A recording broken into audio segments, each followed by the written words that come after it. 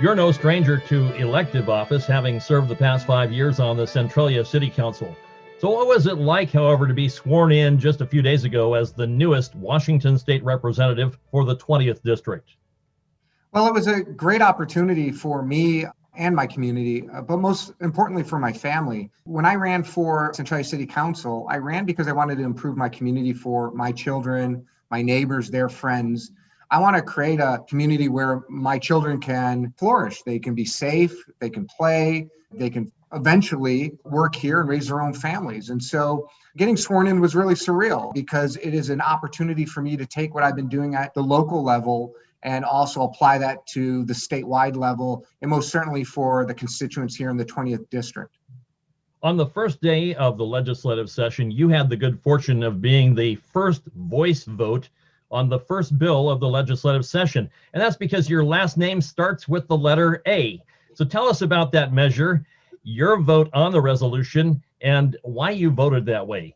Well, it was a lot like being in school again, getting called on first in class and making sure you knew what you were voting on and you understood where you were, because there wasn't a lot of room for mistake. But when the measure came up for a remote session, it was a very easy vote for me. I believe a remote session raises way too many concerns for technological issues as well as majority rules issues that can mute minority points of view. And in a traditional session, folks from my community, constituents from across the state of Washington can come to the Capitol, voice their opinions.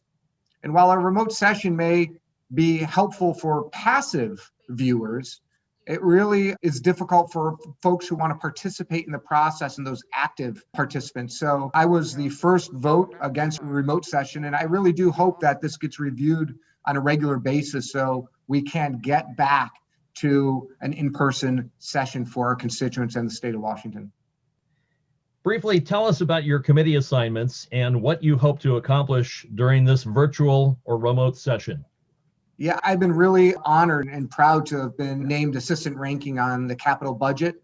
I've also been assigned to Environment and Energy Committee as well as Civil Rights and Judiciary. These committees allow me to have an instant impact and a positive impact for our district. Capital budget, for instance, provides for a lot of construction, whether it be infrastructure, school construction, and construction for a lot of important projects that not only create jobs for working families, but improve the quality of life for the 20th District and statewide.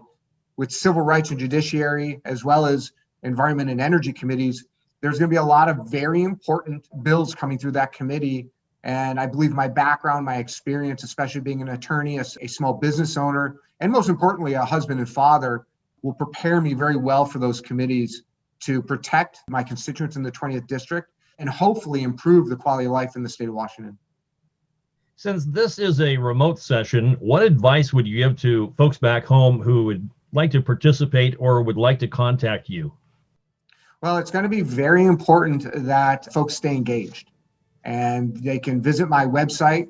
I'm going to try to make it as accessible as possible, and you could actually sign up for my e-newsletters and hear about all the updates and bills and things going on in the legislature as well as in their community, as well as just going to the legislative website where you can learn how to participate in committee meetings, you can testify and stay on top of the bills that are going to impact you, your family, and your communities.